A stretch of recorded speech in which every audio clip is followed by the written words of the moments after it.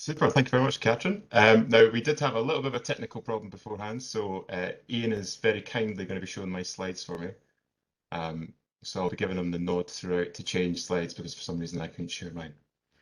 But good evening, everyone, and thank you very much for coming. And thank you to Catherine and to Nicola for inviting me to present tonight. I've really been looking forward to this as it combines two things close to my heart, which are an unhealthy obsession with a horrific period of Scotland's history and the Orkney Isles, which I'm lucky enough to call home now. And I'd like to begin tonight, like all good self-respecting papers on Orkney should, with a word from George Mackay Brown. But don't worry, I'm not going to recite anything. Can I get the next slide, please, Ian? Now, this particular work is one of George's lesser-known short stories. It was published around 1976 and is entitled Soldier Returning from the Wars Returning, sorry. Now, a spoiler alert for anyone that's been waiting since 1976 to read this, but the tale follows the journey of an Orcadian soldier who had enlisted in the Marquis of Montrose's Royalist army in 1649, and he had fought at the fateful Battle of Carbisdale on the 27th of April 1650. The story begins with the soldier confused as he finds himself alone after the battle, and assuming that Montrose had emerged victorious against the, and I quote, hosts of lowlanders, mercenaries and Biblemen, he decides to walk home to Orkney. And in true M. Night Shyamalan fashion, the soldier is actually dead, and this is his ghost making this pilgrimage home. Along the way, he becomes confused and angry that so many people ignore him and openly discuss treasonous things in his presence.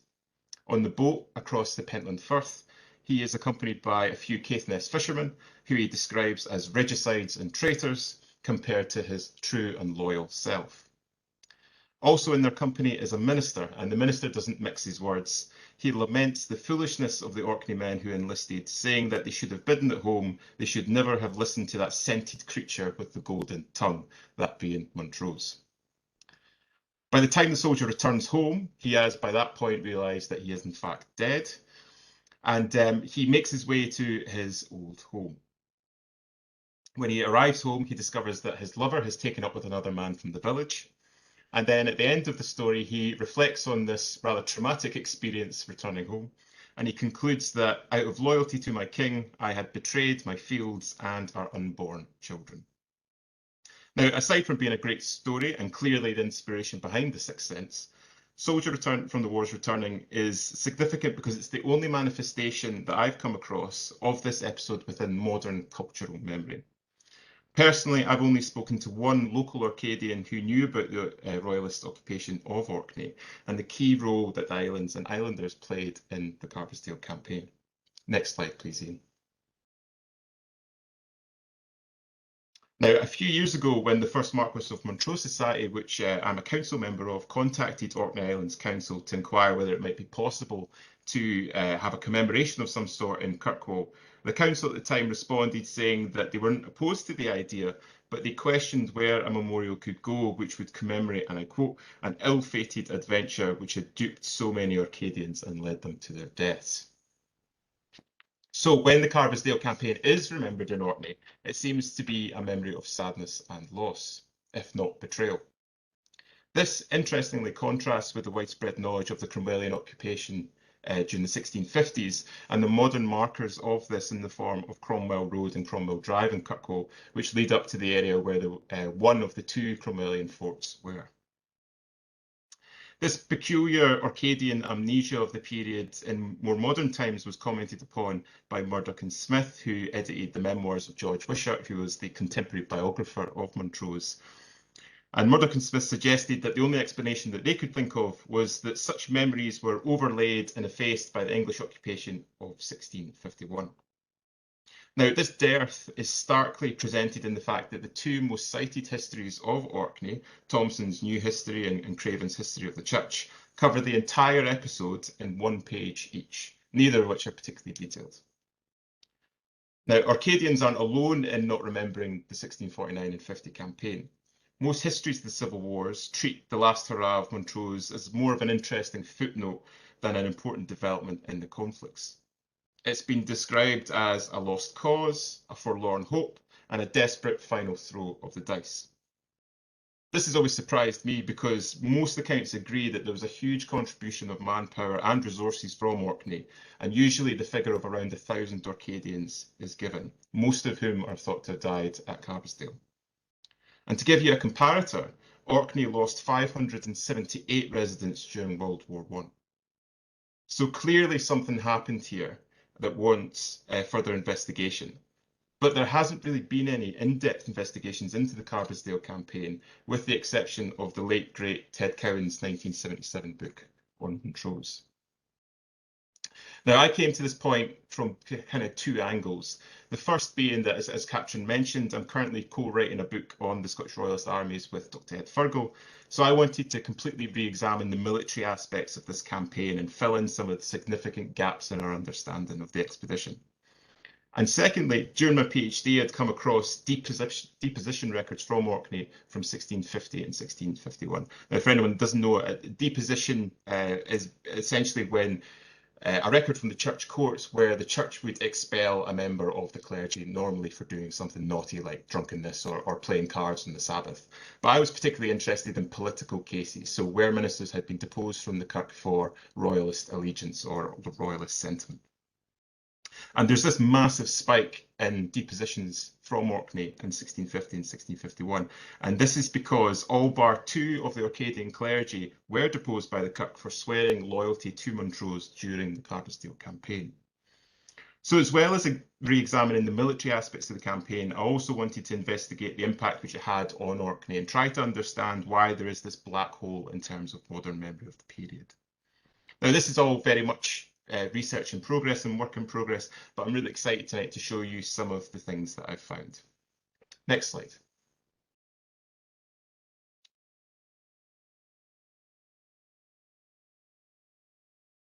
Now, before I do that, for those of you who might not be familiar with the period, I'm going to do a very, very quick crash course in the British Civil Wars. Upon a backdrop of religious, economic and political tensions in Scotland, England, Wales and Ireland, the 1640s had witnessed civil war erupt in all three Stuart kingdoms under Charles I. In Scotland, this began with the signing and propagation of the National Covenant in 1638, which was a defiantly Calvinist confession of faith which, rather subtly but not subtly enough, placed an individual's loyalty to God over their loyalty to the Crown. What began as a protest against unchained prerogative of the Crown and its implementation of an Anglican-style liturgy in Scotland quickly developed into a national political movement with supporters who became known as the Covenanters. Those who supported the Crown in all of this, the Royalists, accused the Covenanters of political and religious extremism, branding them traitors and anarchists. Two civil wars in Scotland, known as the Bishops' Wars in 1639 and 1640, had seen the Crown defeated and control of Scotland effectively handed over to the Covenanting regime, which now dominated the Kirk and Parliament. In 1641 and 1642, in part caused by the Scottish crisis, civil wars erupted in Ireland and England. And when the Covenanters allied themselves with the English parliamentarians in 1643, this reignited civil war in Scotland, with the Royalist army in Scotland being led by James Graham, Marquis of Montrose. After 2 more years of civil war, the Royalists were defeated again. Montrose and other leading Royalists then escaped either to the continent or remained in Scotland to face their fate at the hands of the victorious Covenanting regime. Between 1647 and 1648, there had been a coalition of moderate Royalists and Covenanters known as the Engagement, which had attempted to invade England, free Charles I from his captivity at the hands of the English parliamentarians, and bring the wars to a close. But they had been completely routed, allowing a more hardline faction in Scotland, both in terms of their politics and religion, more hardline faction, the Covenanters in Scotland, I should say, under the command of Archibald Campbell, Marquis of Argyll, to seize power.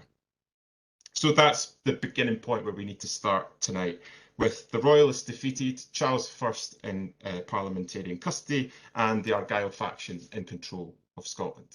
Next slide, please. In June 1646, Charles I had written to Montrose ordering him to disband Royalist forces in Scotland and flee to safety on the continent. After initially delaying these orders and then struggling to secure safe passage out of Scotland, Montrose and a following of Royalist officers arrived in Bergen in Norway on the 10th of September. Soon after arriving in Norway, Montrose set off again on a tour of Europe, stopping at various courts of European leaders and holding meetings with dignitaries in the hopes of securing support, both political and physical, for the Royalist war effort.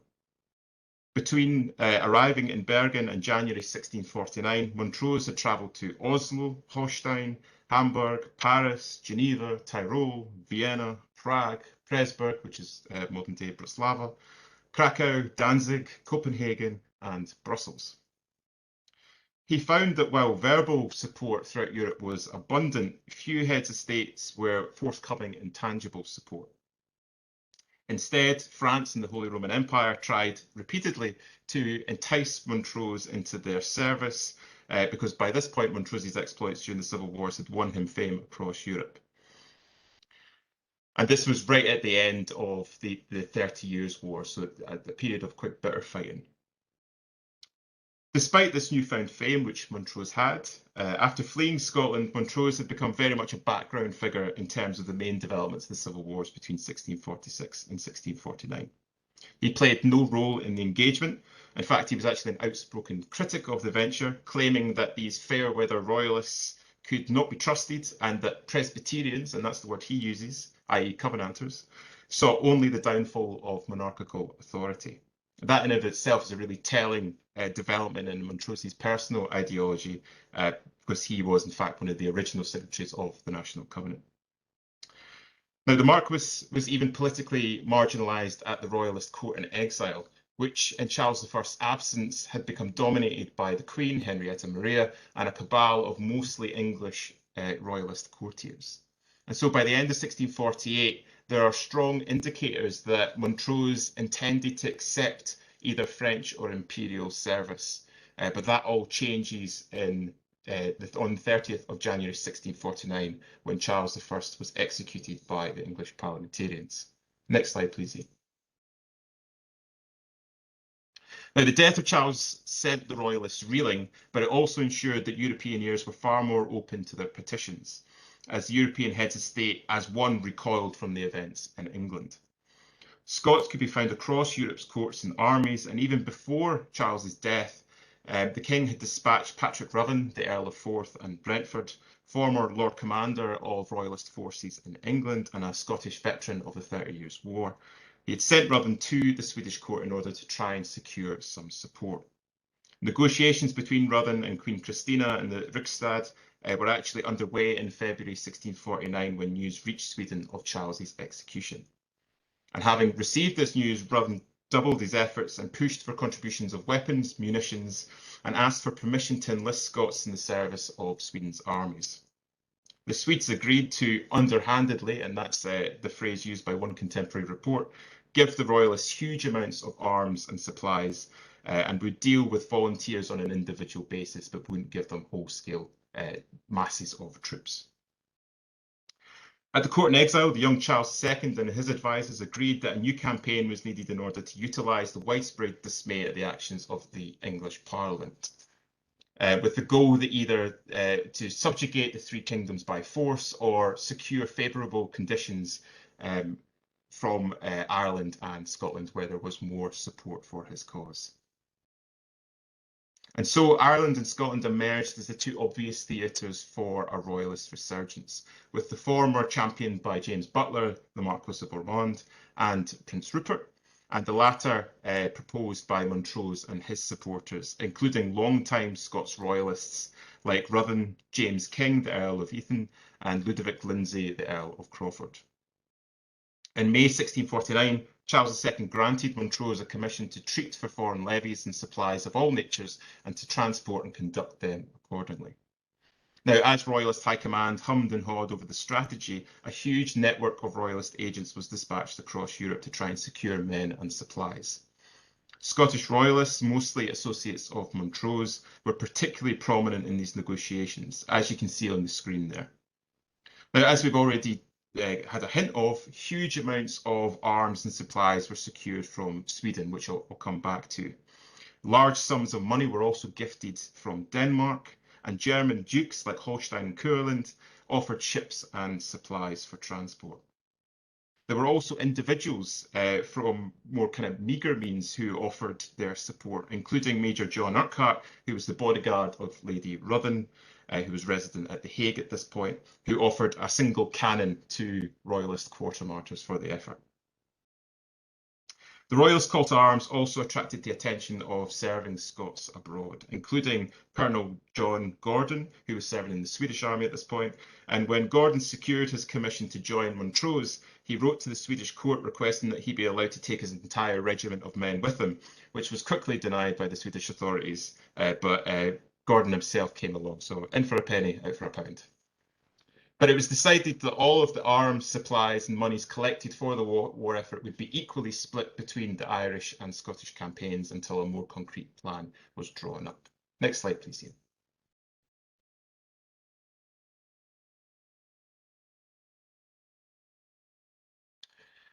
But as you can see on the screen now, even half of these supplies was a huge amount of gubbins. And this is just from Sweden up on the screen here. And I'm hugely indebted to Alexia Grosjean's outstanding book, Unofficial Alliance, for these figures and for information on the Swedish side of these negotiations.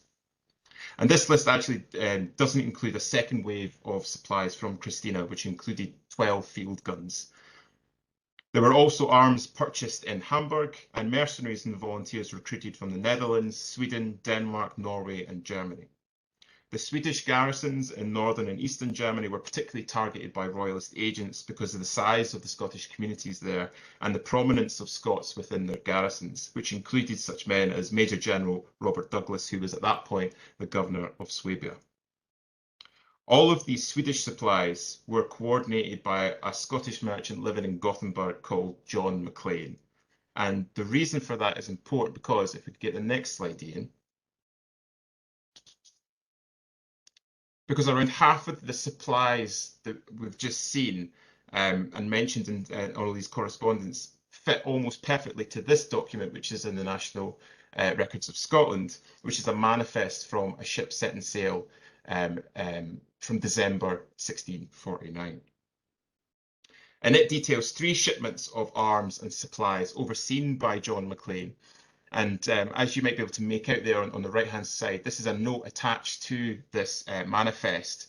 And you can maybe work out the handwriting there that it says that John MacLean received half of the arms. So this fits the narrative that the supplies which were brought in for Ireland and Scotland were halved, half retained for Mon's campaign in Ireland and half retained for the Scottish campaign.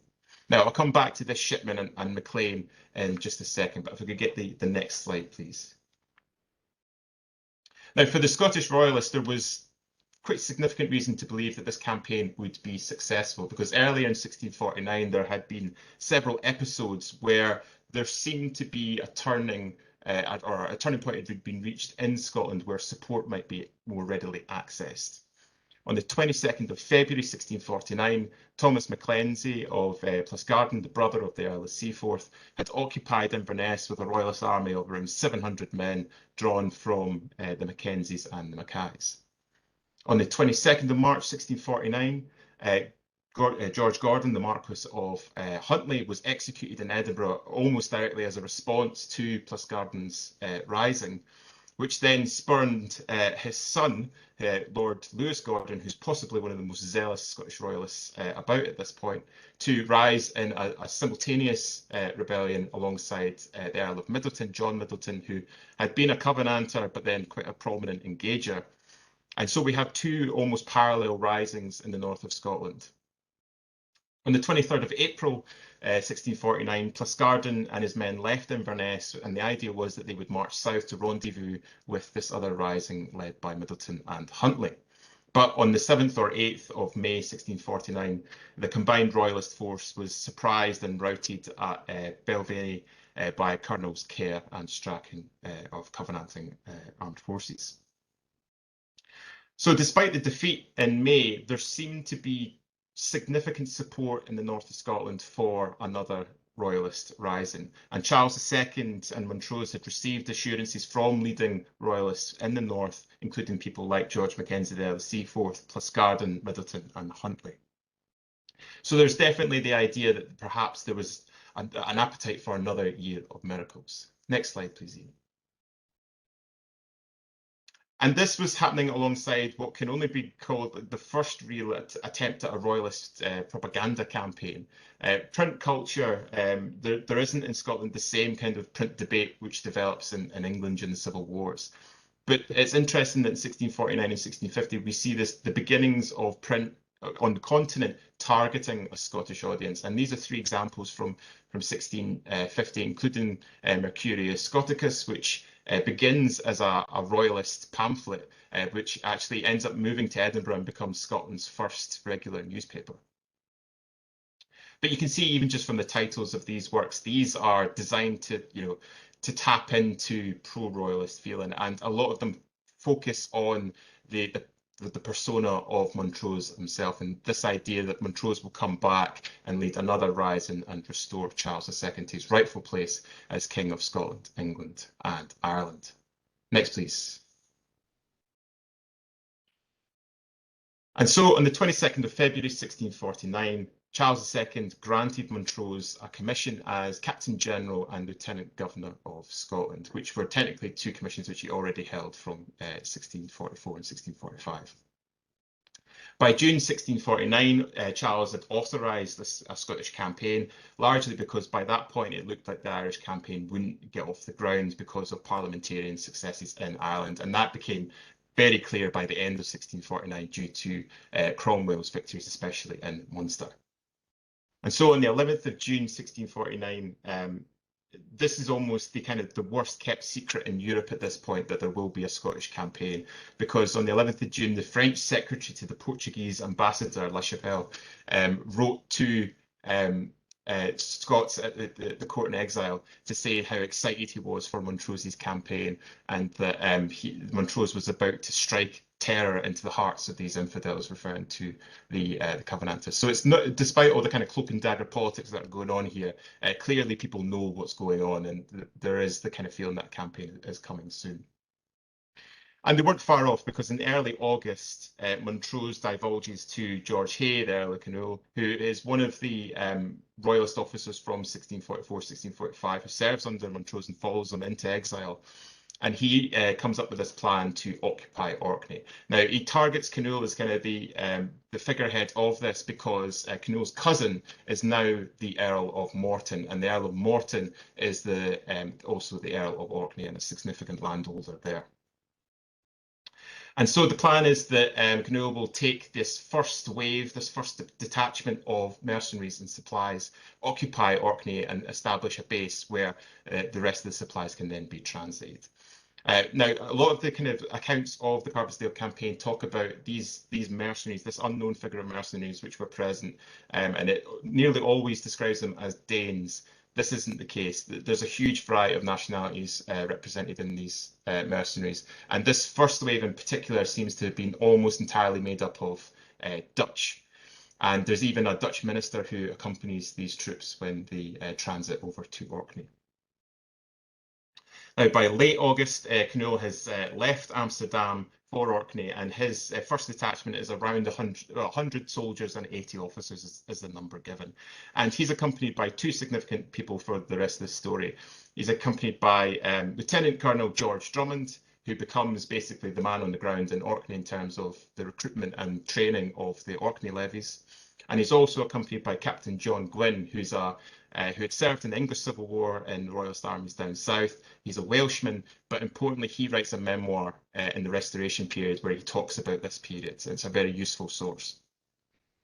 And they transit from Amsterdam to Kirkwall on board 3 vessels which have been provided by the Duke of Holstein. So hopefully you're getting a picture here where there's support coming from across Europe, and actually quite significant support for this campaign. Next slide, please. Now, in anticipation of Kinnoul's arrival, on the 14th of September 1649, Robert Douglas, the Earl of Morton, writes to his close associate, Patrick Smith of Braco, who is the son-in-law of the former Bishop of Orkney, Bishop Graham, and a very significant player in Orkney local politics. So Morton writes to Smith to essentially get him to call together the gentry of Orkney, and they are to meet at Harry Kirk the following Tuesday to receive word from the king. There's no mention in the letter of troops arriving or even Cnut, but this is clearly Morton has been given advance notice of the landing. And Cnut's force lands at an unknown date, probably quite soon after that letter. And the day after Cnut lands, he is able to engage in his service Captain Robert Hall, who is the captain of a 16-gun frigate, the Greenock, which is docked in Orkney at that time. Now, Hall is a character who's going to pop up in the rest of the lecture today, and he's very interesting because the only other information that I can find out about him is that he's essentially a gun runner for the engagement in 1647, 1648. He's then given a commission by the estates, which are by that point under the control of the Kirk Party, the kind of radical Covenanters, to patrol the west coast of Scotland and basically hunt down Irish pirates. But that's only a 2-month commission. So he burns through that, and for some reason he's in Orkney when Cnut lands, and he enlists in the Royalist Army. So it's difficult to kind of put together whether he's just a pirate or he is actually ideologically engaged. Now, when Cnut arrives, he goes straight to Morton, who is residing in Bursey Castle, and Morton is very receptive. Cnut writes an extensive report which he sends to Montrose about the meeting. He says that he's put Orkney in a state of a posture of war. But the thing that Morton starts to angle from the very beginning is overall command, because he believes he's the most senior noble involved in the expedition and that he should have command. And Cnut writes to Montrose asking that he sends Morton a commission, but perhaps suggests that he doesn't get overall command. Now, word of the occupation reaches Edinburgh on the 27th of September 1649, and the Covenanting estates start to organise a response to what they believe is going to be an advance south from Orkney.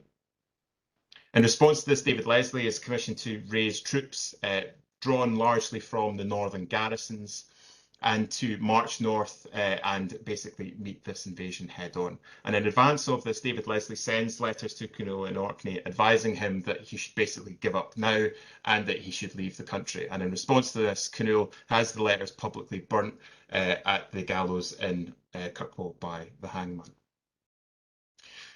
Now, the best laid plans start to fall apart in mid-November because on the 12th of November, Morton himself dies of pleurisy, and he's followed several days later by Cnut, and this leaves effective command in the hands of Drummond, who sets about levying and training Orcadian volunteers and levies.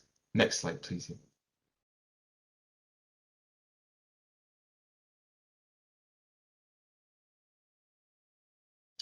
In December 1649, Captain Hall is dispatched from Orkney initially to go and pick up an arms shipment from Hamburg, but he uses this as an opportunity to stop in at Gothenburg to provide news of Morton and Cnut's deaths, and then he proceeds to Hamburg to pick up that shipment.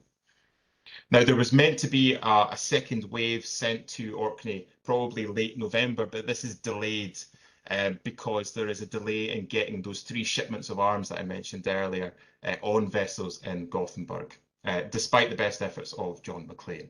And this seems to have been caused by a quite heated disagreement between Peter Ribbing, who's the governor of Gothenburg, and John Maclean over who exactly is getting arms and where these arms are meant to be coming from.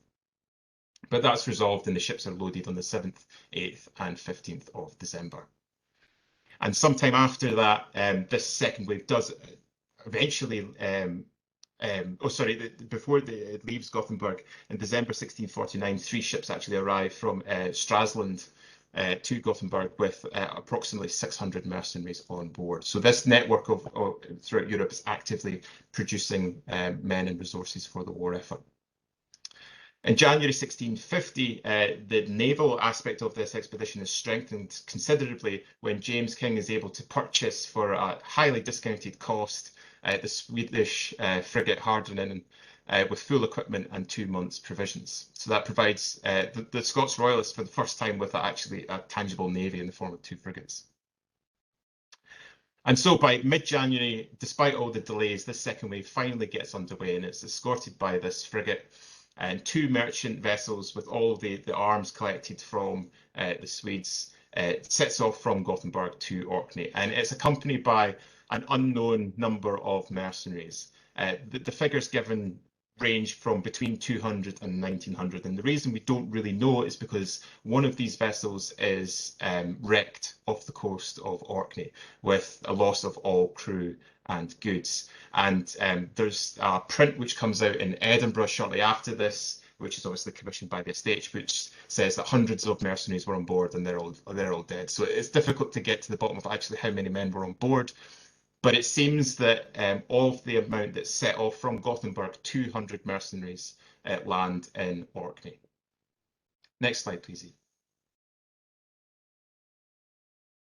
So things are starting to move in the right direction, and Montrose certainly feels by mid-December that the campaign proper will begin imminently.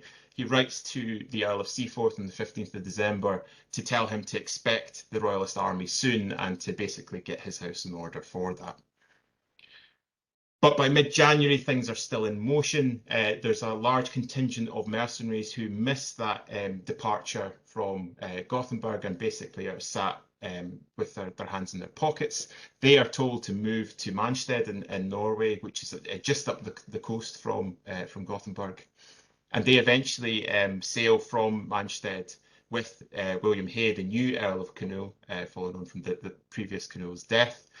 And they're escorted by Hall's frigate on the 14th of January. And this is Hall making his way back from Hamburg. The Gothenburg detachment then, most of the troops seem to have been moved to Manstead, although there's definitely still a contingent of mercenaries remaining in Gothenburg, and there's a very sizable a very sizable group of Royalist officers who remain in Gothenburg with Montrose, and they're delayed when the river and the bay freeze.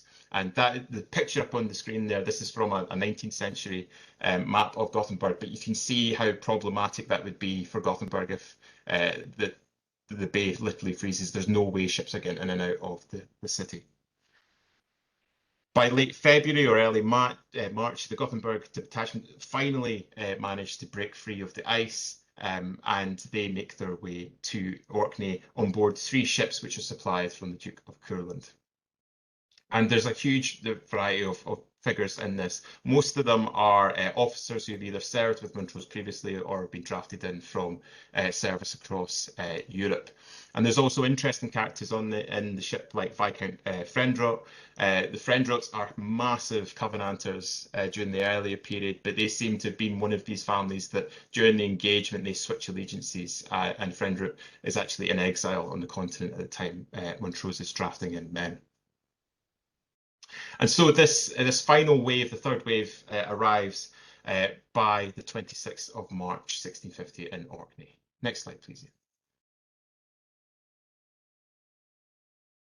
Now, while all of this has been going on the continent, Drummond and the new Canull, once he arrives, have been busily overseeing levying, drilling, and the collection of supplies in Orkney. And this includes weapons, and there's several letters in Orkney archives of basically these troops going around Orkney, collecting in every bit that they can find, from swords to the occasional musket that they come across in a farm shed. Local gentry and merchants are heavily involved in this process. There's a huge list of local Orcadian gentrymen who are active in both recruiting troops and collecting supplies. And there's one merchant in particular, John Pontiger, who's said to be a local, who is very heavily involved in handling these arms shipments from the continent and disembarking them in Kirkwall. Now, the exact figure of how many Orcadians are levied is difficult to be absolutely specific on. In the Restoration period, when the borough of Kirkwall writes to Charles II for compensation for their service during the civil wars, they claim that the figure is nearly 2,000. From the bits and pieces that I've seen, I think the figure is probably closer to about 1,400, but that's still a huge amount of men levied in Orkney. And it should be said that Orkney is used as a catch-all term in some of these documents. It's Orkney, the Orcadian Isles, and also Shetland. And it also includes excludes quite a sizable number of fishermen and seamen who are drafted into royalist service, and also includes the securing of local supplies and rents, which the the Kirkwall Borough in their letters to Charles II in the Restoration claim was taken in times of war by power of the sword. So basically, the royalists took the money and we don't know where it is. Now, following Montrose's landing, the gentry and the clergy of Orkney and Shetland subscribe an oath of allegiance and declaration of loyalty to the Charles II and the royalist cause.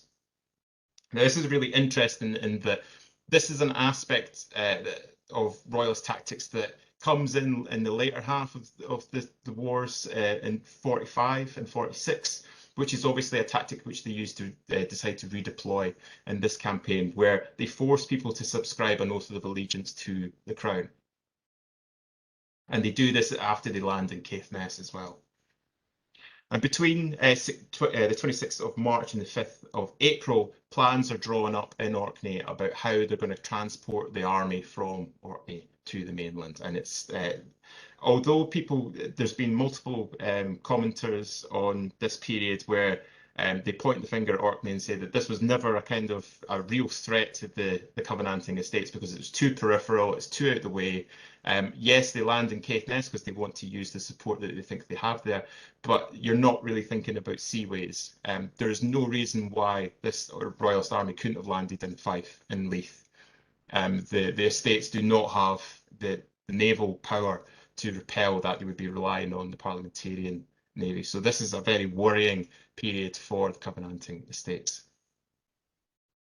So in this period between the 26th of March and the 5th of April, the plans for landing in Caithness are drawn up and commissions are issued. And this flurry of commissions drawn and signed by Montrose for officers and the division of this huge levy into regiments and also organisation of the mercenaries.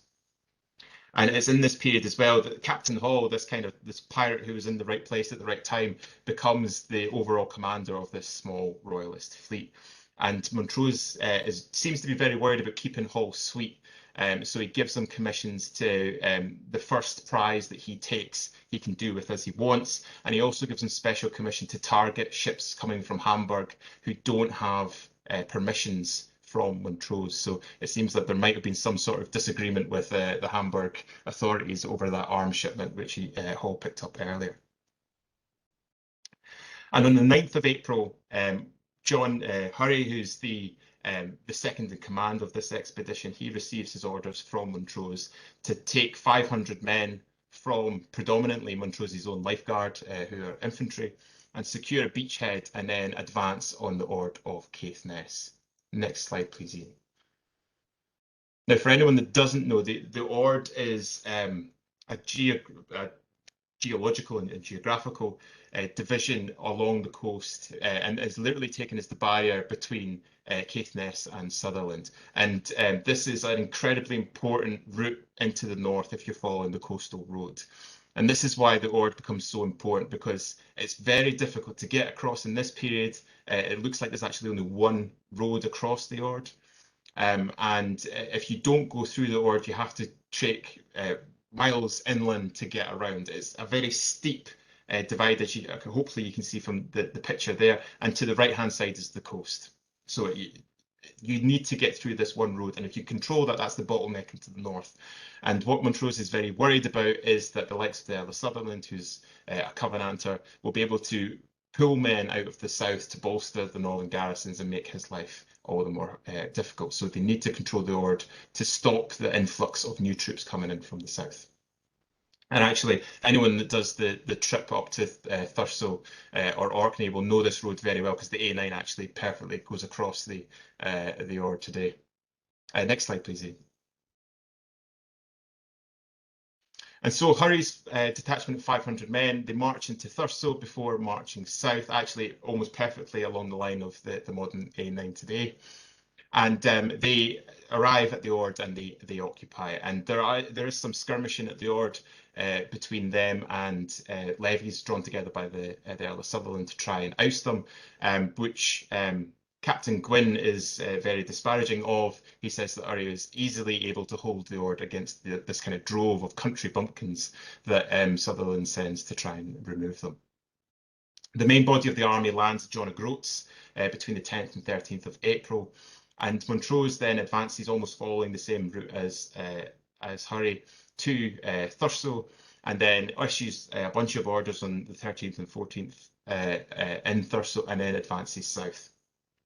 A garrison of around 100 men is left in Orkney under the command of Sir William Johnson, who's made the governor.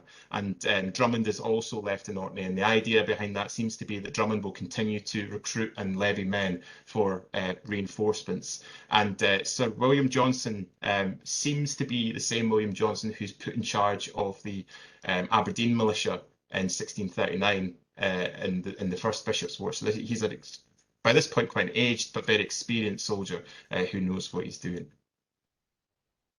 On the 14th of April, Montrose calls upon, so this is when he's in Thurso, he calls upon the Caithness gentry after writing letters to them before he translated, calling upon them basically to meet in Thurso and bring all the men that they can acquire.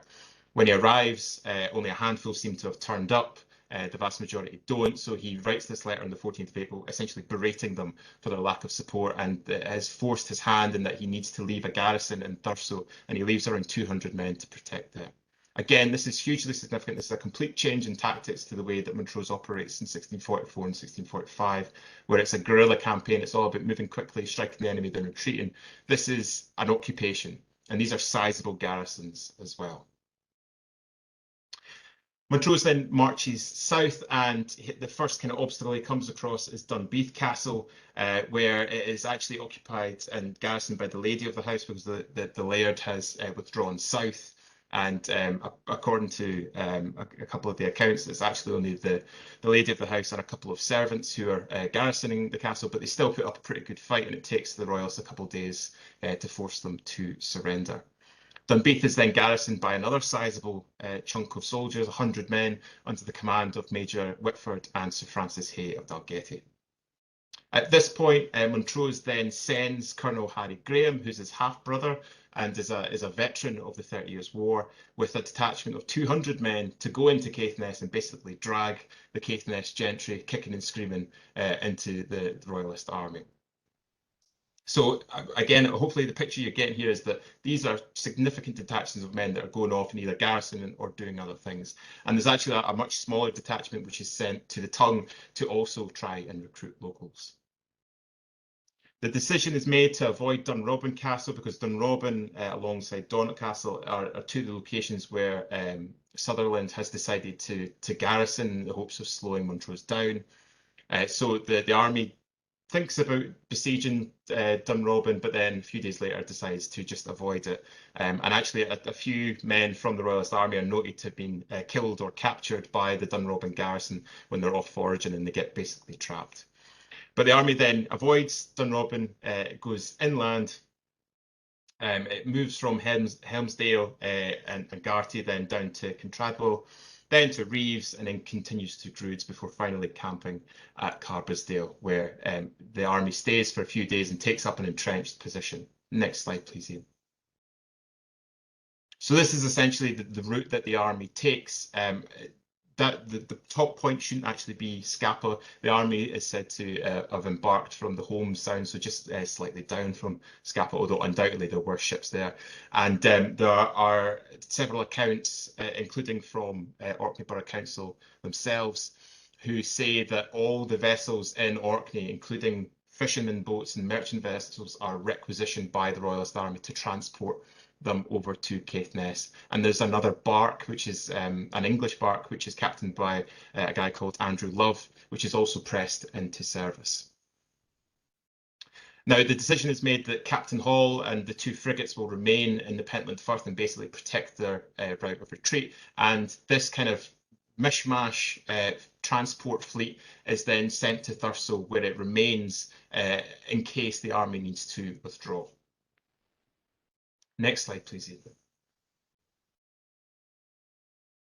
Now, while they're at Carbisdale, the Royalist army is fed information by Montrose's new scoutmaster, who's Robert Munro of Caithness, who's a local, and he believes that the only enemy in the area, keeping in mind that Hurry has occupied the Ord, so there shouldn't have been an influx of more men into the area, that the only sizable force is a single troop of Covenanting horse, which could be anywhere between 40 and 100 men. So nothing that should worry the Royalist Army at this point. But actually what has happened is that David Leslie has received his commission to raise troops, and there has been a strategic decision by the estates and by Leslie to withdraw from the northern garrisons apart from key strategic strong points, which are going to be too difficult to take, like Dunrobin. And Leslie, alongside Ella Sutherland, basically collects as many men as he can from northern garrisons, and they are convergent on Brecon. And it's decided that they will meet on the 25th of April at Brecon, organise themselves and then advance against the Royalists. Now that's the plan, but there is actually a council of war held at Tain, which is attended by Colonel Strachan, who's a bit of a Covenanting hero by this point. He's one of the ones who led that attack on the Royalists at Belvenny and routed them. He's also definitely one of these hardline supporters of Argyll.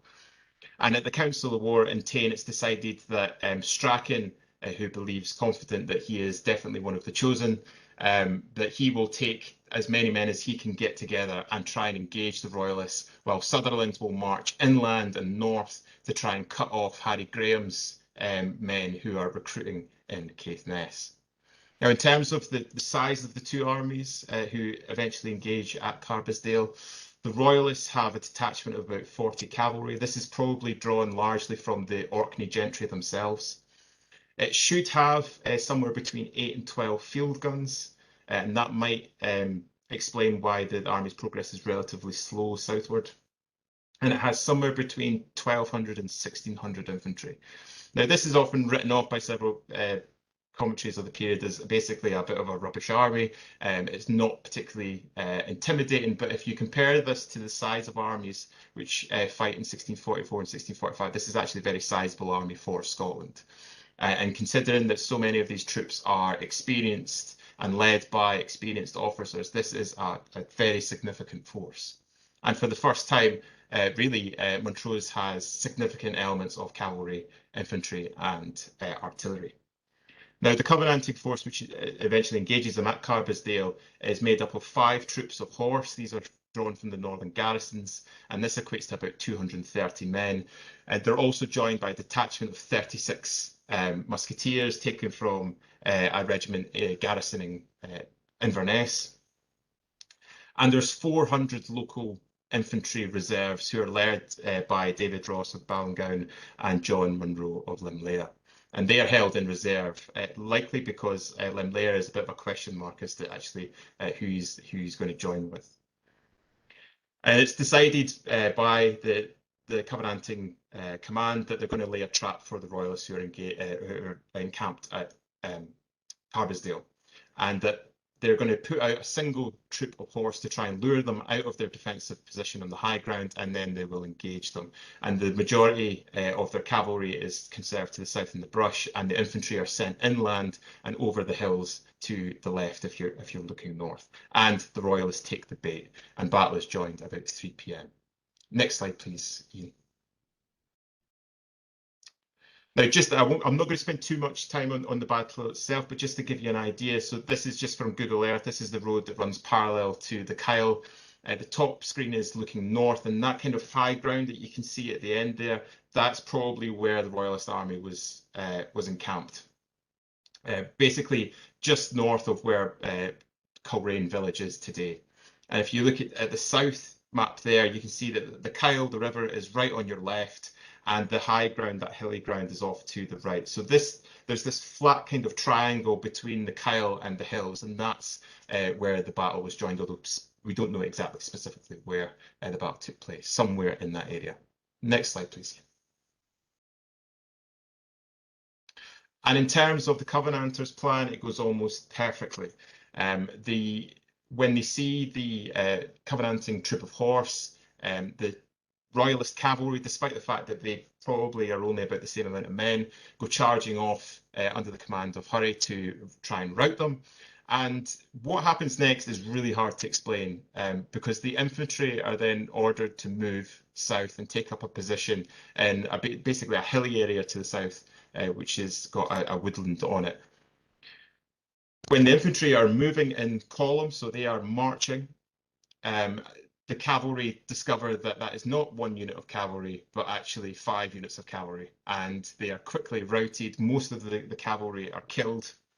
Hurry himself is wounded and captured, and the Covenanting horse then advances north, while remnants of the Royalist cavalry flee through the marching Royalist infantry, causing panic, and basically the entire Royalist column is then just rolled up by these Covenanting horsemen. The killing lasts for several hours, if not days. There's a report. There's 2 basically reports of the battle itself. There's a full relation which is printed with permission of the estates and seems to be largely drawn from Colonel Strachan's report of the engagement. And there's also an account from Gordon of Sala, who, if not used the full relation entirely, supplemented it with some local knowledge. And they're more or less consistent as to the events of the battle itself. The levies on the left never actually see much contact. By the time they get to the battle, the Royalists are already fleeing, but they partake in the rout, which takes place over a couple of days, and hundreds are killed in the rout. The Royalist artillery train, which is moving at the point of the retreat, is ransacked. The baggage train is ransacked, and the Orcadian levy, which makes up a significant proportion of the infantry moving south, is cut to pieces. Apparently 200 of the Orcadian troops try and flee across the Sound, where they are either drowned or killed by the pursuers. Now, according to the full relation, which again is based on Strachan's report, there is only 1 Covenanting casualty, and that's 1 trooper who tries to follow a group of Orcadians fleeing across the river, but gets stuck and then drowns. But whatever the case, this is a complete military disaster and a fatal mistake by the Royalist commanders. Next slide, please, Ian. Now, we actually have very detailed reports of the numbers captured, because this is contained within the full relation, which is printed. There's 447 in total, including officers, but hundreds are killed in the rout and in the battle itself. Montrose manages to escape barely with a wounded Canule and Major Sinclair, who is actually from Orkney, but he is captured 3 days later by the Laird of Aston. After hearing of the victory, Sutherland then advances further north with 300 men to try and engage Graham. And Graham has actually been very successful in Caithness in terms of his recruitment. He's managed to recruit 500 men, in what seems to be in addition to the 200 men that he had.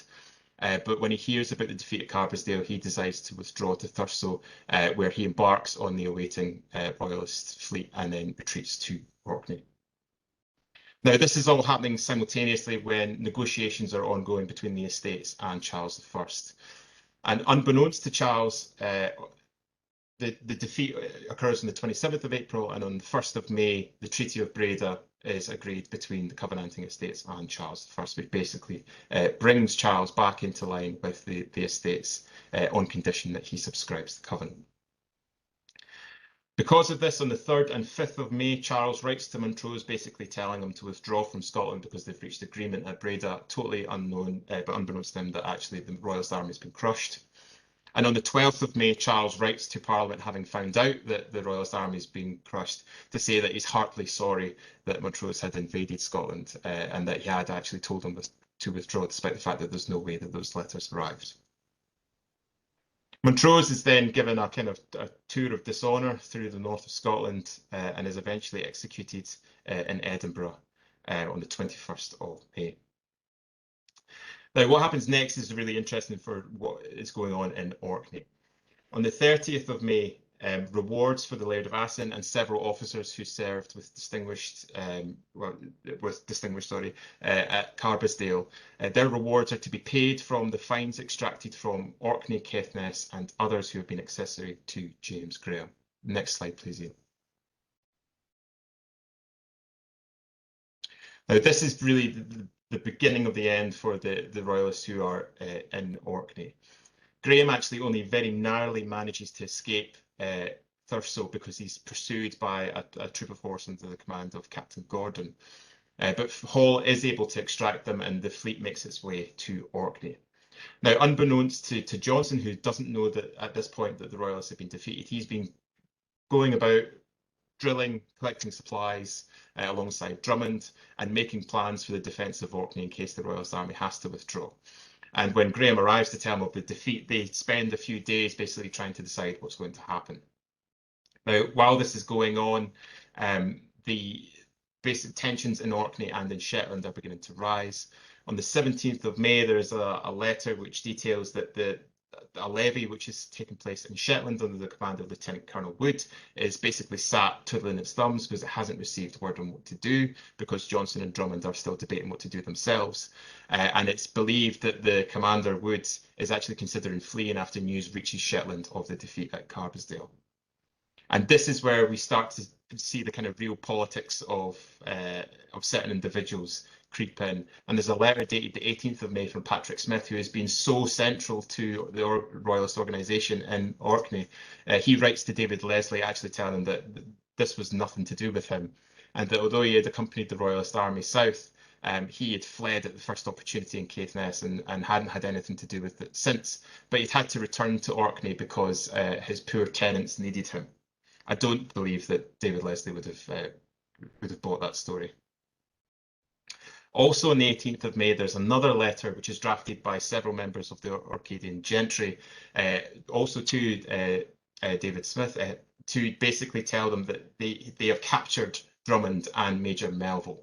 Now, this seems to have occurred when Johnson and Graham come to the decision that they are going to withdraw to the continent. They're not going to try and defend Orkney. And so they load up as much of the arms and munitions as they can, and they set sail on Hall's frigate to Norway.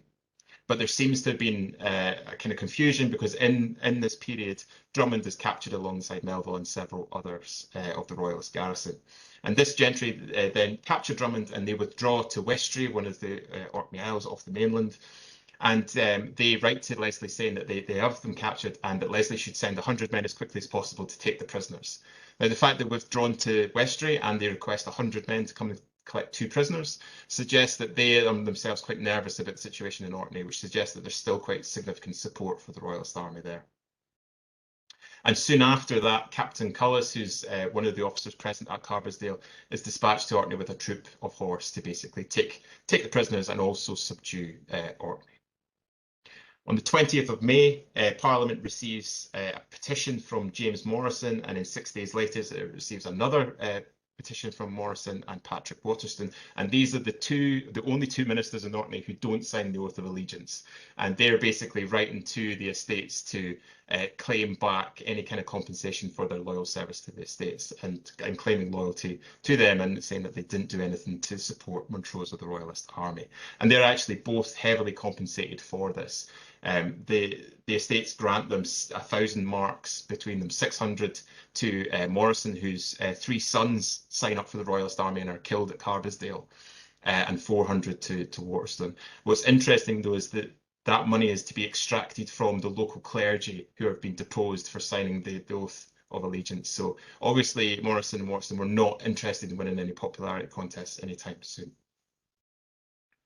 Now, what happens to Hall's ship is interesting, because Johnson and Graham and a few others managed to escape Orkney on Hall's ship.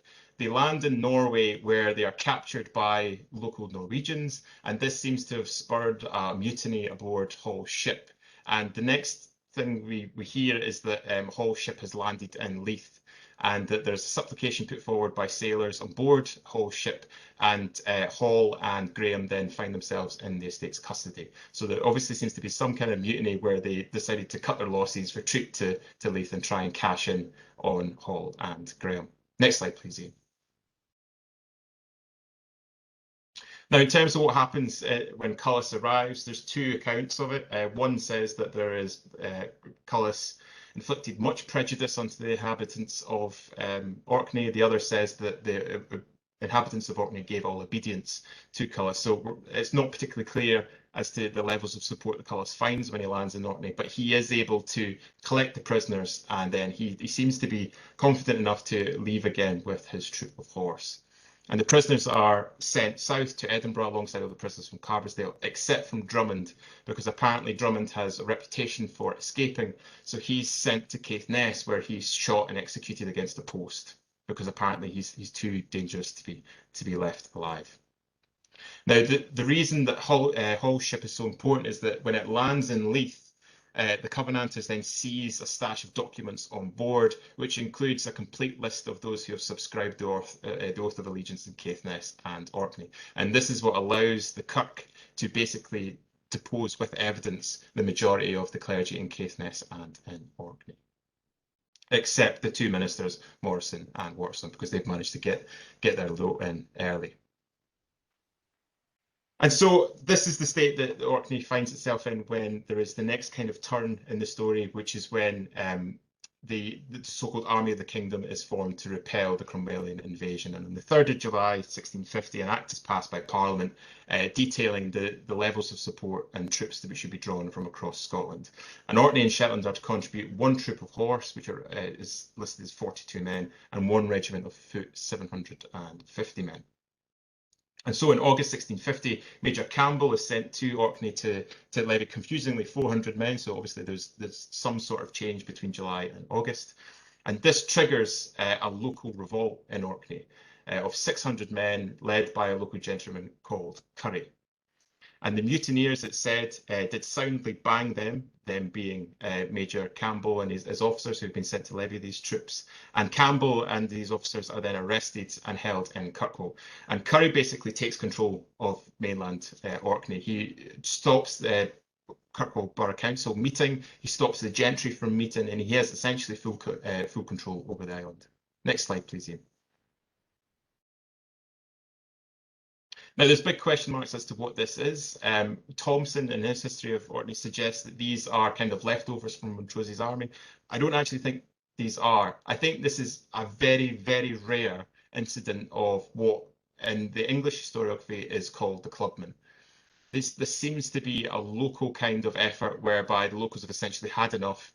They're not going to produce any more. They're not going to send any more men to go off and fight and die. And this is a reaction to that, which is amazing because this is the only instance I know of where this occurs. So this is really unique to Orkney.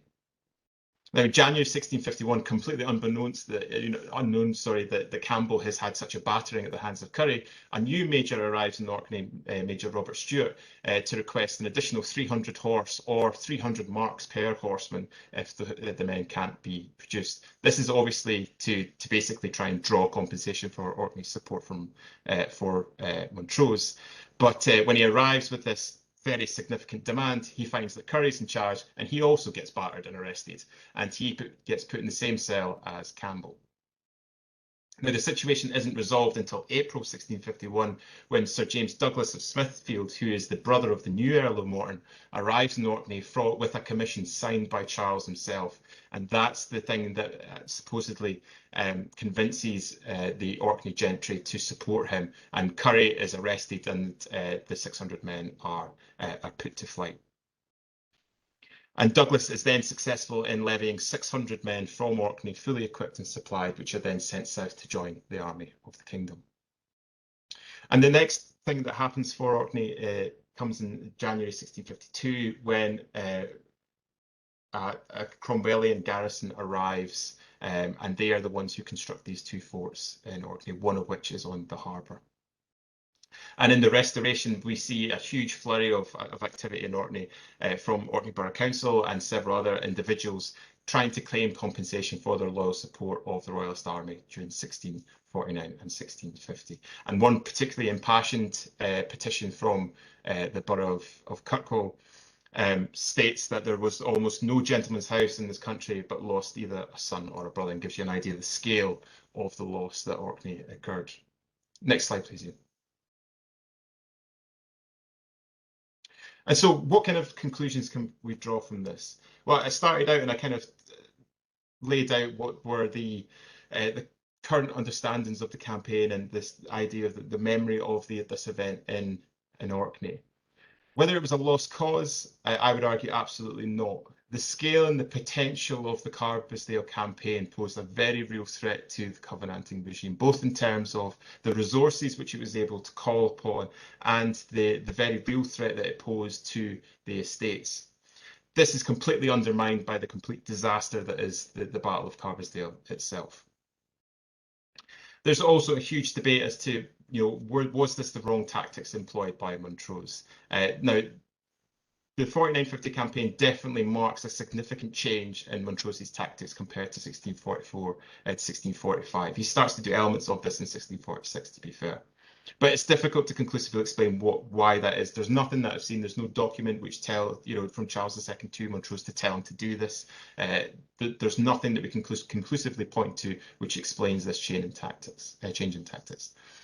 Nevertheless, the army itself is very well provisioned. It's well led, theoretically at least, and it's certainly not the ragtag throwaway force that has sometimes been portrayed to be. And it is multinational. We know that there are Dutch, German, Danish, Swedish, English, Welsh veterans all present in this army, because these are the people who tend to be released by the estates in the aftermath. There are 16 Dutch soldiers who have been captured at Carbisdale, and a Dutch minister, who are then released by the estates and banished and never to return to Scotland. And these are prisoners from Carbisdale. There's also a suggestion within several contemporary histories of this period that this was a terrible idea because Kirkwall was too periphery, the north was too periphery, they were never going to enact change. That's complete nonsense. Orkney found itself in this period at the heart of a European royalist network. And the episode's significance is only undermined by the defeat at Carbisdale. And again, although the campaign does launch through Caithness and march south, there's no reason for the estates to believe that's going to happen. And this explains the anxiety that the estates feel in 1649, because a landing could have occurred anywhere in Scotland. Now, whether Orkney was duped or not, again, I would say that's not the case. There is significant evidence to show that Orcadians enthusiastically, in most cases, formed the bulk of the army and facilitated this transport of supplies from the continent for the campaign. And this is definitely the story that the borough tell in 1661 and 1662 when they send these petitions to Charles II following the Restoration, where they say that they were the only shire in Scotland that advanced His Majesty's service under the Marquis of Montrose. Now, the reason behind the Orcadian amnesia, I'm afraid I can't explain. There is no real reason why this period has no contemporary resonance. But the campaign itself represents a hugely important and neglected period in Orkney's past. Thank you very much. Thank you very much. It was a super interesting paper. I really, really enjoyed listening to this.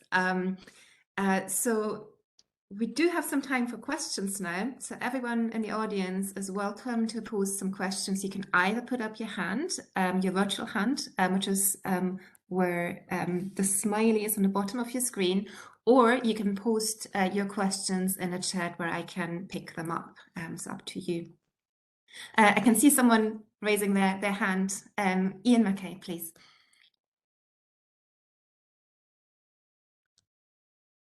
Sorry, I can't hear you. Yes. Sorry, we still can't hear you. Would you maybe like to put your question in the chat? Yes, okay. And in the meantime, does anybody else would like to put anything up in the chat or come forward and ask a question? So I can see something in the chat. So first question is there a possibility that somebody actually went about destroying the contemporary record at the time? Who would have had a vested interest in squashing this bit of history? Yeah, I mean, there's obviously very real potential of that without kind of getting the tinfoil hats out, I guess. But certainly the letter from Smith in the aftermath of Carbisdale and the actions of several members of the Orcadian gentry after news of the defeat at Carbisdale suggest that they're very eager to hide up how supportive they were of the Royalist army. So there certainly might have been elements of the record which were intentionally destroyed. One of the things that I've really struggled to find is muster lists. Now, you would expect, given the size of the muster which occurred in Orkney, that there would be significant lists and significant lists of the materials that they're able to collect in the run-up to the levy. The only muster lists I can find are from August 1650, and they date to that first attempt to draw men, which sparks Currie's rebellion or Currie's revolt. so there's no evidence that I've found yet, which actually points to, the on the ground actions of this level, which might suggest that it might have been destroyed or it might just not survive. I was actually, sorry, just to jump in there, but I was actually going to ask you about muster lists, because I find that quite striking that, evidently you haven't come across these. And I was, in connection with that, I was just wondering, do you have any indication who exactly these men were? Because, I mean, it's obviously a large number of capable men who must have been, like, what, aged between maybe 16 to 50? I don't know. And do you have any other information who they were? So one of the petitions in the Restoration states that all men between 16 and 60 were levied for the Royalist Army. That's probably not true, but obviously a significant proportion of the Orcadian population was. In terms of the individuals themselves, there's only one Orcadian gentleman listed as captured, and that's actually Morton's brother. The reason for that, I think, is because most of the Orcadian gentry were part of the cavalry who are smashed early on in the battle. So I actually think most of the Orcadian gentry probably died, although they're not listed as the casualties in the full relation, which is the report of the battle. That's probably because people didn't know who they were. So yeah, it's difficult to point directly to it, but interestingly, when prisoners are sent south after it, the common foot soldiers, there's special reference made to several groups of Orcadians, whereas some of the kind of common foot soldiers are essentially told to go free, especially the foreign mercenaries. Most of them are eventually set free. But the Orcadians, there's a group of 40 Orcadians who are sent to Argyll to be fishermen for the Marquis of Argyll. There's another detachment who are sent to fish again for David Leslie's army. So there's obviously an attempt by the Covenanting authorities to go through the prisoners and see if there's any useful skills that they can redeploy. And it's interesting that the Orcadians are kind of highlighted as one of these groups which is redeployed, whereas the vast majority of the others are let free. Oh, that's really interesting. Thank you. There are loads of other questions in the chat. I'll just take them one by one and read them out. So the next question would be, why did they land at John O'Groats and not Thurso? And then, as a side note, I think I know the answer. I'm not sure if you know the answer, Andrew. Can you maybe engage with that? It's interesting because Montrose sends actually really detailed orders to Hurry about where to land the vanguard. And he basically gives them a list of locations where if you can't land here, land here. If you face resistance there, move further along. I don't know, maybe just because Thurso's a town and they're worried that there's a garrison there. But yeah, they seem to land at John O'Groats and then march along the northern coastal road, unless you know something that I don't catch. I don't, but the person who asked the question said that they know about this and they might know the answer. Yeah, Andrew, because after the battle, when Cromwell was up in Thurso, he actually increased the number of cannons right across the coast. And I reckoned that over towards John O'Groats, there was no cannons. It's quite interesting you said that Montrose knew of these locations. Those locations must have been where there was no cannons put. But certainly I did read that Cromwell's troops, when they're up in the north of Scotland, they certainly increased the number of cannons and the locations right along all the way across the north coast to try and stop any further landings that might happen from the north of Scotland. Yeah, no, thank you for that, James. Yeah, that would make sense. I mean, there's sizable artillery batteries in Montrose and Dundee to prevent that exact thing happening on that coastline. So that would make sense why Thurso's not picked immediately, because you don't want your 500 men getting shot at the water before they can even land. So yeah, that would make sense to me. Super, thank you. So there's a question coming in from Lucy, who says that she really enjoyed the paper, and she is wondering, you mentioned a couple of times that Royalists could have landed anywhere from Orkney, for example, Fife rather than Caithness. Why do you think they don't sail elsewhere if there was the potential to do so, and fears from the Covenanters that they might?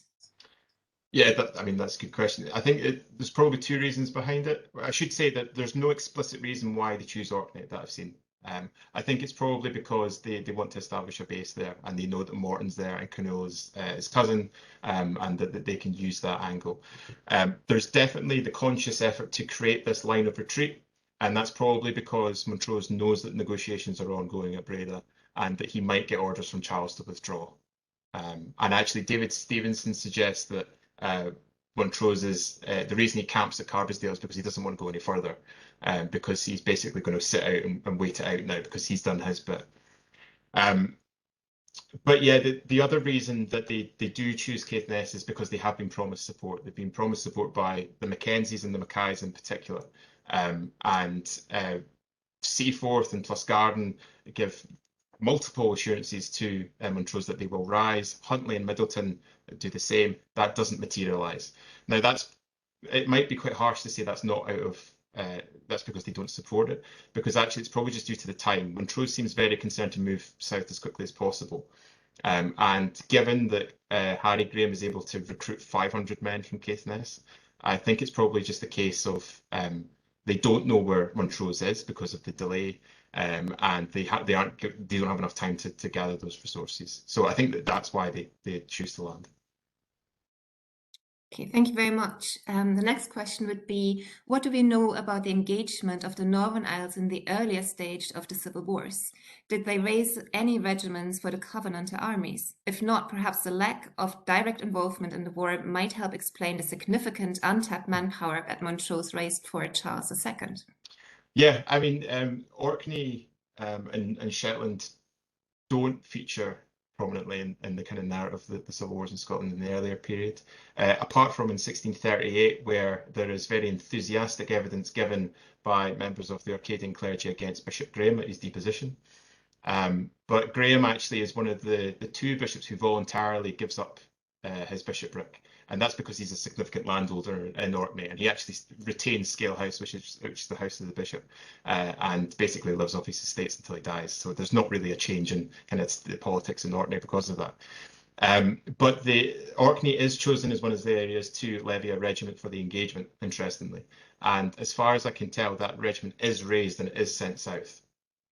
And there's a suggestion in a couple places like Stuart Reid's Crown Covenant and Cromwell that the Orcadians were really unwarlike people and they would have made rubbish soldiers, and that's why Carbisdale goes the way it does, which is complete nonsense. Obviously, they've raised this regiment for the engagement, and actually of all the places in Scotland, there is the rebellion in Orkney in 1619. So actually, of all the places, Orkney has probably got the most recent memory of military engagement.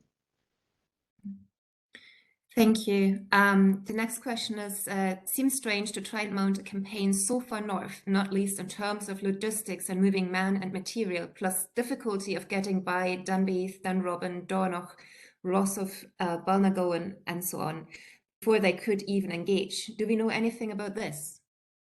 Yeah, again, I think this is because Montrose sends multiple letters to the likes of Plusgarden and Seaforth during the campaign. So he lands in the north, I think, because he thinks he can draw support there, and where historically that is where he drew his support in 1644 and 1645 and 1646, which the war actually goes into 1646, so that some people forget. There's an extensive campaign around Inverness in 1646 where the likes of the Mackays are drawn quite heavily upon, and the Mackenzies for the troops. So this is hunting ground where Montrose has had success before. And I think that all kind of links into this idea that, you know, that's why Caithness is the choice. And again, I would be tempted to argue that this march south, where he can hold strategic choke points, allows him to put pressure on the estates while basically buying time for Charles II. I don't think Montrose is trying to force the hand of the estates. I think he's quite happy to slowly move south and just put pressure on them. Okay. And then last but not least, there's a comment here. How interesting! I have published a biography of Thomas Fairfax. Clubmen were not confined to Devon and Cornwall. you like to comment on that, Andrew? Yeah, just that I still haven't quite figured out what's going on with Curry. That is the only episode that I've come across where you get something like that, where there's a significant rising in an area in response to resources being pulled out of that area. Now, there's been a lot written about this. Obviously, John, you'll know about the clubmen in England, and that this is really a quite significant marker of the conflict in England, where local areas basically say they've had enough from both sides of the war and that they're not going to give any more. This is the first instance that I've found in Scotland of something similar happening, which is why I don't agree with Thompson that this is remnants of the Royalist Army, because there's nothing to suggest that is the case. And they would probably have been arrested by Cullis when he arrives anyway. So yeah, I think this is really significant, and again adds this really interesting element to Orkney's history in this period. Yeah, really interesting. Thank you very much. Can I ask one more question, please? Of course, yeah. I just have to ask about Hamburg because, that's I've done some research myself, and I'm just wondering if you have found out a bit more about who helps Montrose in Hamburg, because I know that some of the merchant adventurers are involved there, and I think they help with the shipping. And I've always wondered, though, if you can pinpoint who exactly is helping, and if there's also a link to Gothenburg with the MacLeans. Yeah. So it's, I'm not sure if you have got any further in Hamburg, because the documents are, not exactly telling us a lot, but maybe you have discovered something. Well, I don't really, unfortunately. I need to go through the Hamburg records and see if there's stuff there. In more detail anyway. There's a letter from, which is signed by Morton and actually quite a big array of the local Arcadian gentry, that they are the ones who are responsible for taking the arms shipment from Hamburg. So that's basically where we know that this shipment is coming. And it explains where Hall goes, because it says that Hall's ship is the one transferring this. So I know that Hall goes to Hamburg, I know that he picks up the weapons, and I know that he comes back. And then the only other evidence that we've got relating to Hamburg is that commission that Hall gets, which seems a bit strange, that he's basically given free rein to target ships from Hamburg. So whether Hall arrives in Hamburg and the shipment isn't complete or isn't there at all, we don't know. Yeah.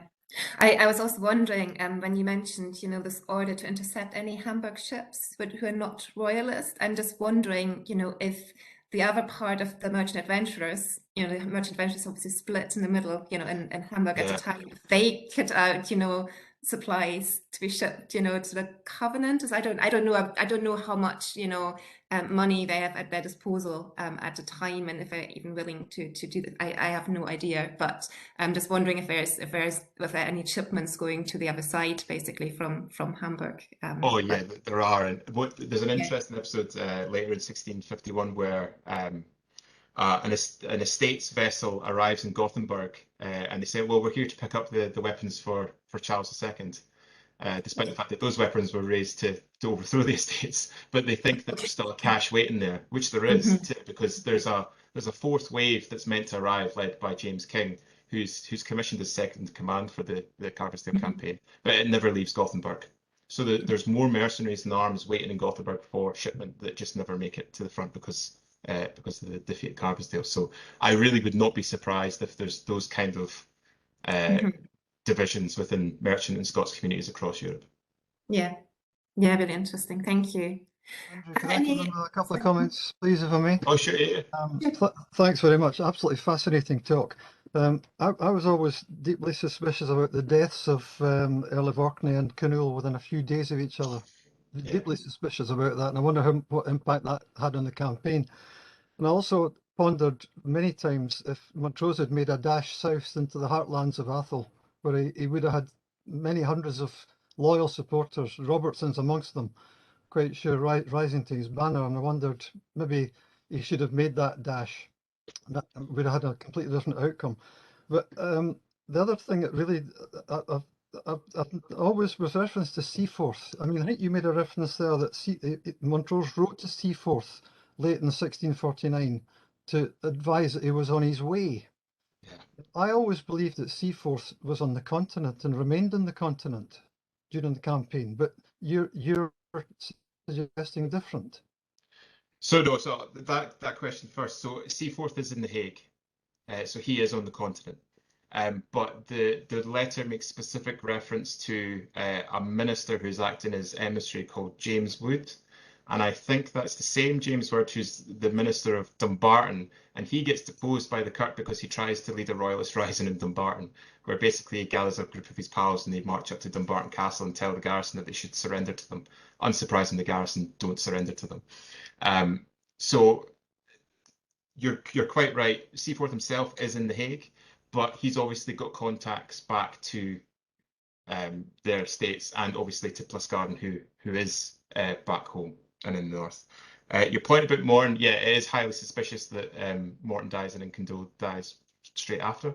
If it was just Morton dying, I might suggest foul play, because there's 2 draft letters which are signed by, they're never sent, but they're signed by Cynwal and Drummond to Charles and Lord Gerard, confusingly, basically saying that if you receive word from Morton asking for full command, you've not to give it to him. So there's obviously a dispute going on between Drummond, Cynwal, and Morton over command and over the commissions they received from Montrose. So if it had just been Morton, I would, yeah, be tempted to say that maybe they helped him towards the end.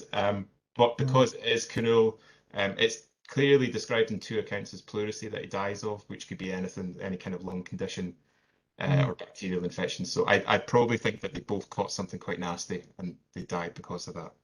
Yeah. Your point about Athol is completely right. Athol is one of these kind of really rich hunting grounds that Montrose has during 44 to 46. I think the reason he doesn't go to Athol is because he's been promised support by the likes of Huntly, Middleton, and Seaforth. Again, it's one of the things that doesn't really make the most sense about the campaign, including the battle itself, like how it unfolds like that, because previously Montrose is very aware of where he can get support. So I think the reason that he doesn't go to Athol is because he's sure that he can get it from Caithness, Sutherland, but unfortunately that's just not forthcoming when he needs it. So why was Seaforth not with them? That's what I can't understand. Why did Seaforth stay in The Hague? I mean, if he'd come his time, well, they'd probably have risen again, and you know, you're looking at a few thousand broadswords probably. Yeah, Seaforth, Montrose and Charles II seem to trust Seaforth far more than actually he ever repays. Absolutely. And there are lots of there's lots of Mackenzies who are brought before church courts and arrested by the sheriffs for royalist actions. You know, there's 2 Mackenzie ministers who are actually deposed because they get together and toast Charles II. So there's obviously support in Mackenzie lands for the royalist cause, but Seaforth himself isn't too keen on drawing upon it. Although, to be fair, Pluscarden is, but unfortunately, all the correspondence, or most of the correspondence, goes to Seaforth rather than Pluscarden. Yeah, yeah. Thank you. Okay, thank you very much. I think we have reached the end of tonight's event. Thank you very much, everyone, for coming, and thank you, Andrew, for a really fabulous paper. It was really amazing. Before you all go, can I please advertise our next event? So there's not going to be a talk, but a round table, which will take place on the 9th of June at 3 p.m. And the title is Tourism in the Highlands, Past, Present and Future. And this is going to be a hybrid event. So there's a face-to-face part of it in Dornoch. And you also have the chance to come in online as well. And I think Ian has just posted a link where you can book the event. So if you've got time on the 9th of June in the afternoon, then please do come along. So thank you very much again, and thank you so much, Andrew. Really enjoyed your paper, and have a good evening, everyone. Goodbye. Thank you all for coming, and thank you, Ian, for the technical support.